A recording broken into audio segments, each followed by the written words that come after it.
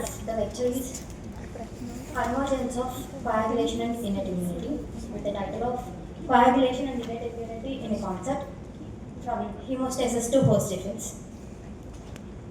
So, when I selected the topic and I was going through it, I actually didn't know that there was a convergence between this coagulation and innate immunity. And I was pondering on the questions. Can coagulation occur without a vascular injury?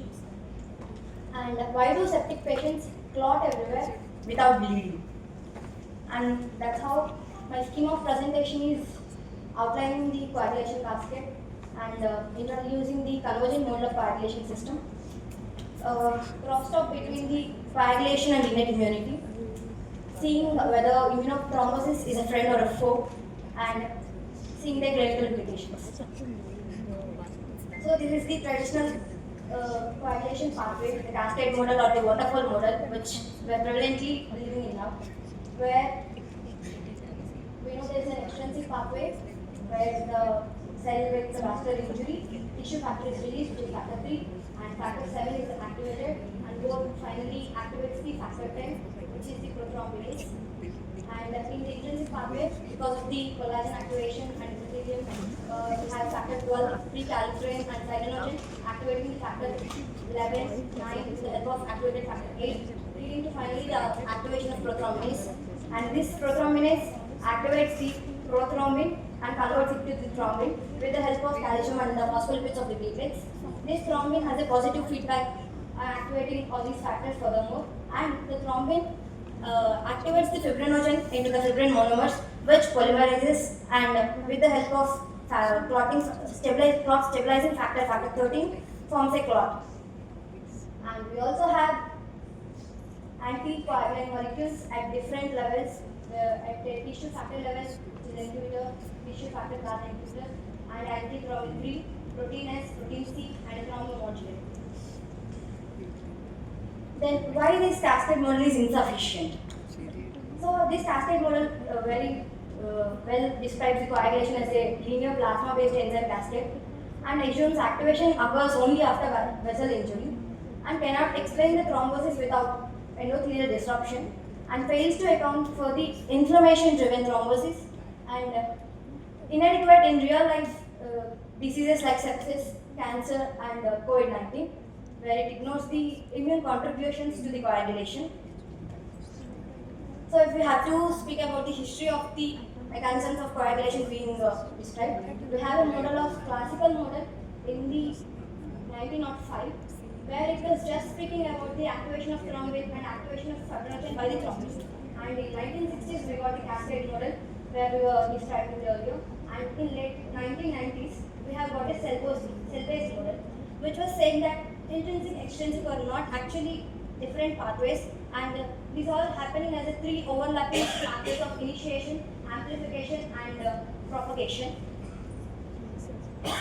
where it mainly occurs on the cell surfaces. It signifies the importance of the cell surface, not just freely happening in the plasma, and spatial organization of these phases of initiation on the tissue factor bearing cells, amplification on the platelet activation and recruitment, and propagation through the thrombin burst on the platelet surfaces.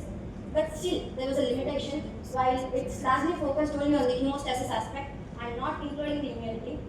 So we have a modern concept, modern theories being proposed yet by even the recent advances of the COVID-19.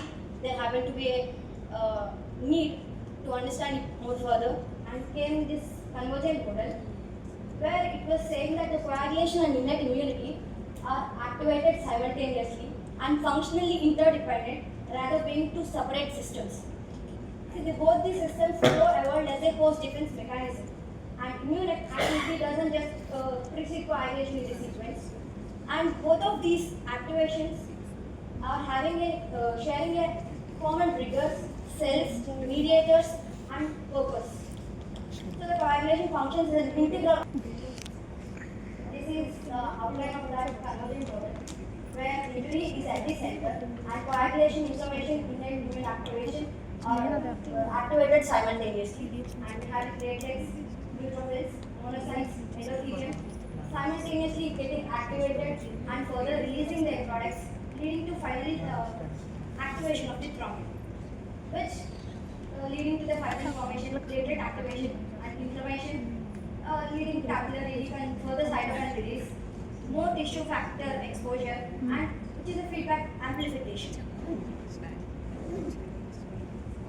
So let's just go 500 million years back. We have an aquatic arthropod called Limulus, which is a horseshoe crab, also known as a living fossil.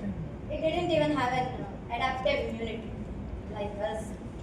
So it just had only circulatory cells, hematocytes, which are known as amoebocytes. And even in this, so for any organism, the basic defense for the pathogens is the whole point. And these amoebocytes are having the pattern recognition receptors, and the hemocyte degranulation is happening after their activation, which leading to a formation of localized clot-like matrix, which is doing the both functions, which is preventing the hemolymph loss and traps and kills the invading microorganisms. So it is doing both the functions of coagulation and innate immunity, which shows us that there clearly exists a convergence between both the systems since ever past. And vertebrates conserving and amplifying the same both defense mechanisms. You can say that this convergence existed through all these years. So what actually is the true trigger?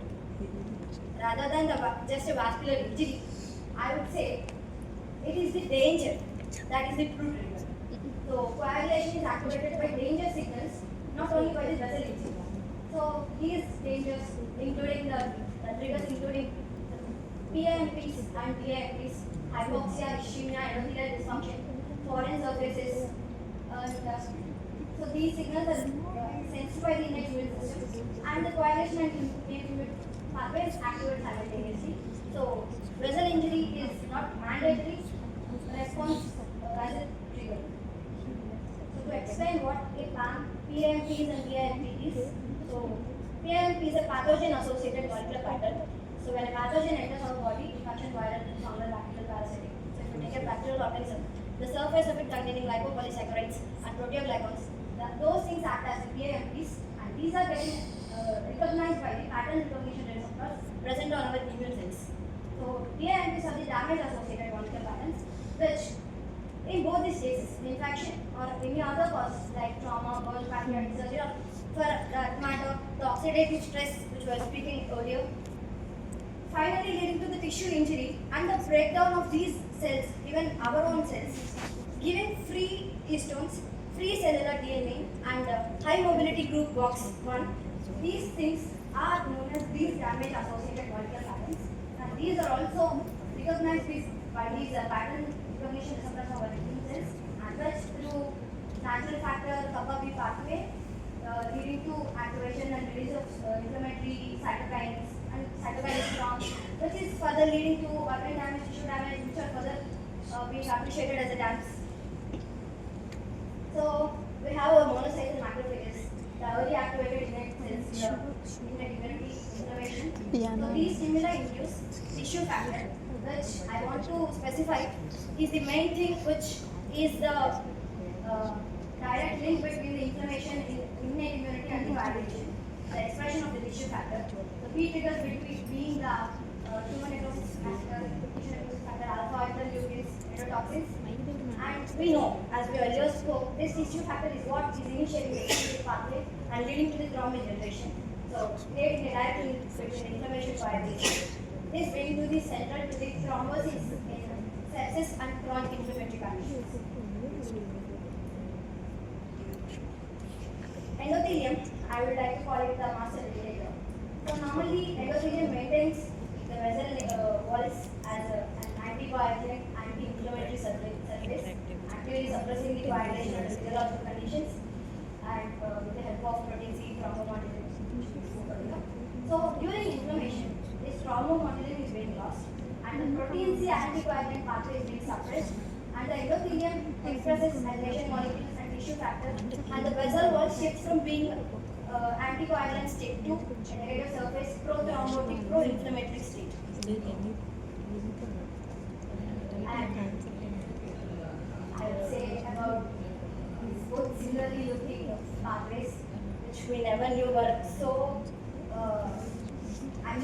to each other so much. So the complement meets coagulation.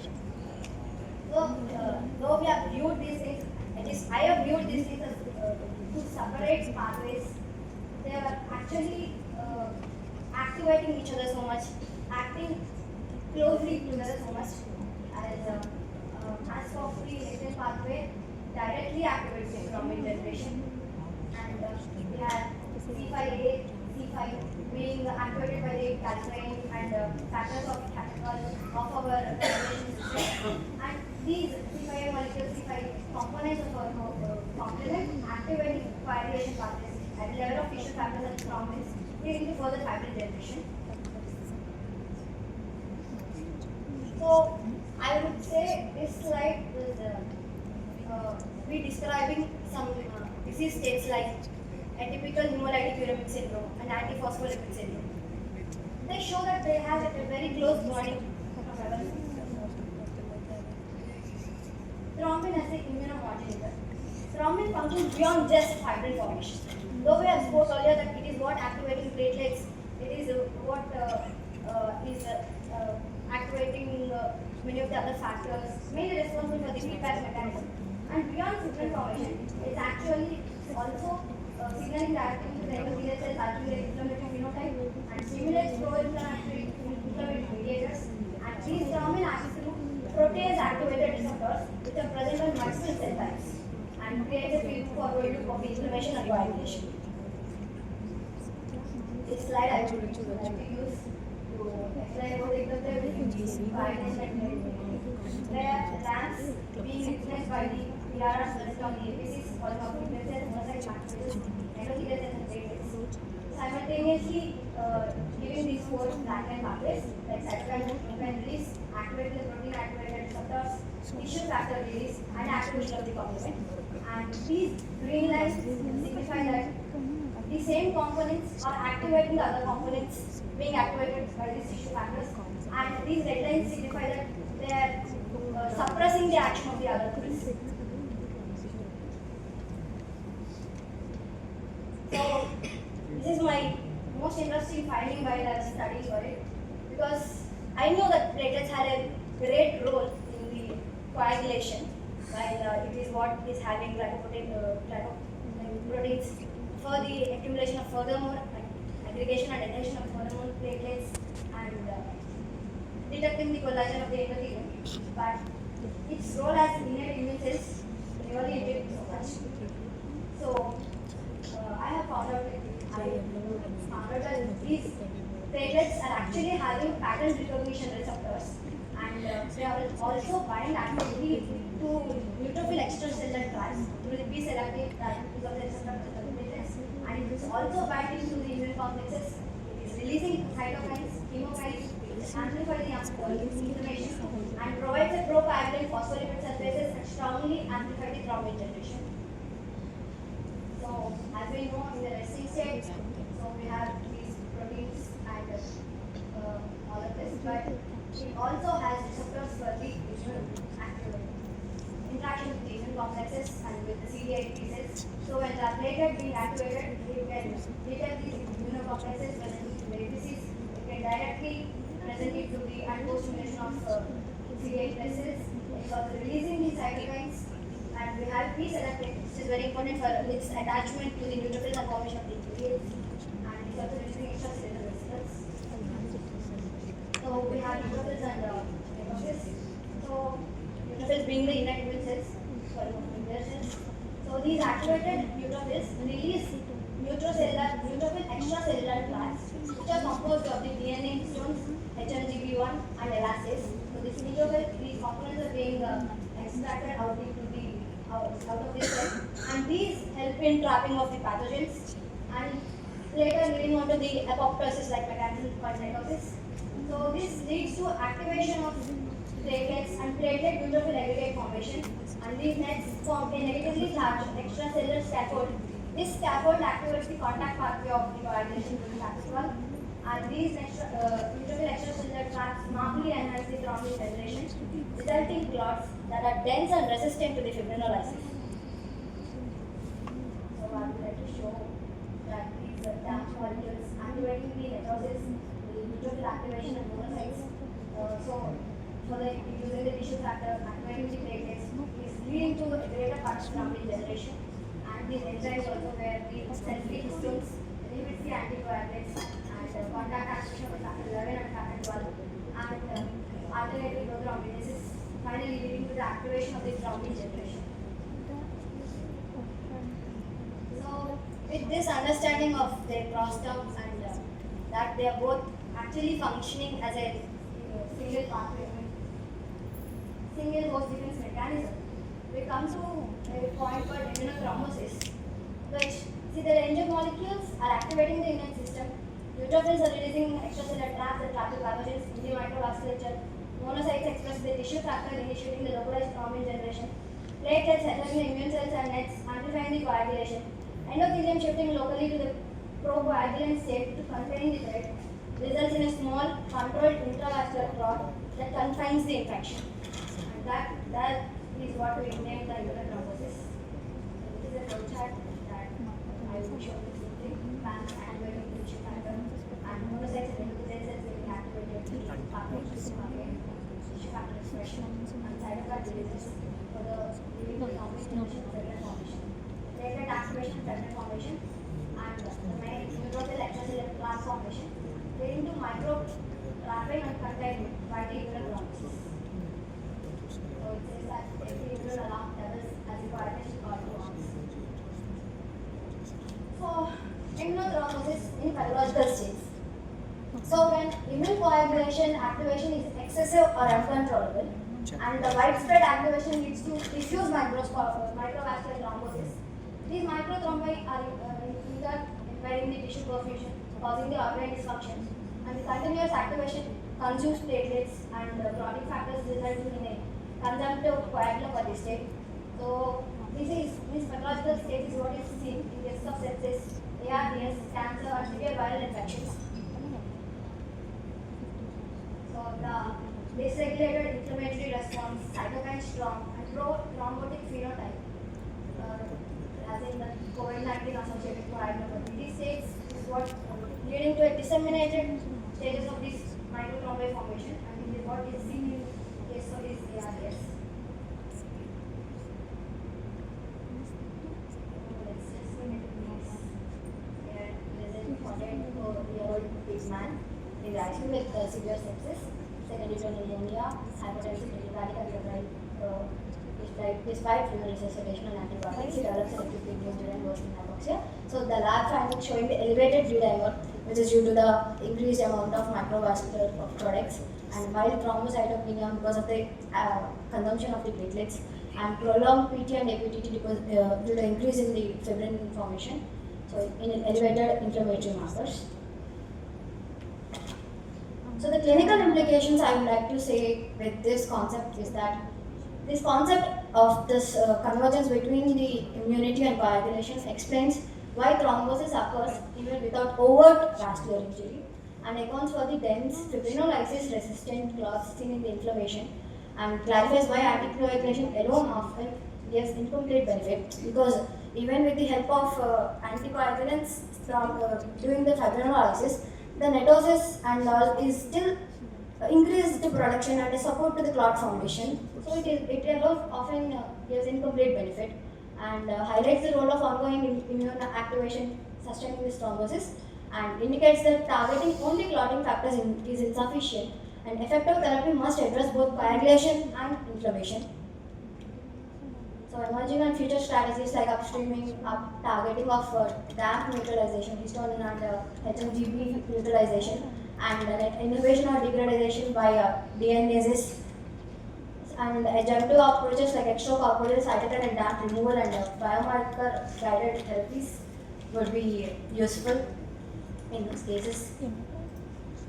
So the take home message being, coagulation in vivo is not an isolated cascade but a convergent injury response system. So danger signals DAMPs simultaneously activating the coagulation, inflammation and innate immunity. Immunothrombosis is the protective mechanism when localized and regulated, but harmful when excessive or systemic. So many clinical thrombotic states are immune driven and not just purely hemostatic, and in those cases, anticoagulation alone is often insufficient without targeting the inflammation and immune activation. So I would like to say, coagulation not just a hemostatic mechanism, but a host defense arm.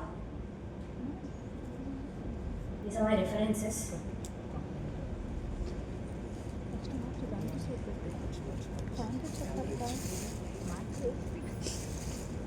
Thank you.